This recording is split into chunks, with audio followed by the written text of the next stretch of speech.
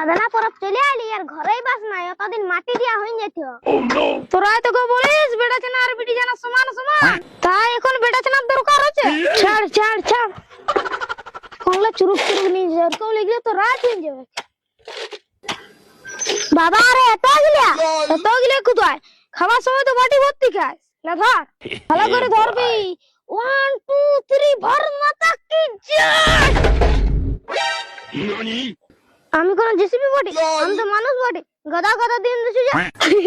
মঙ্গি আছে কি মাথাটা এমন ক্লিয়ার দেব না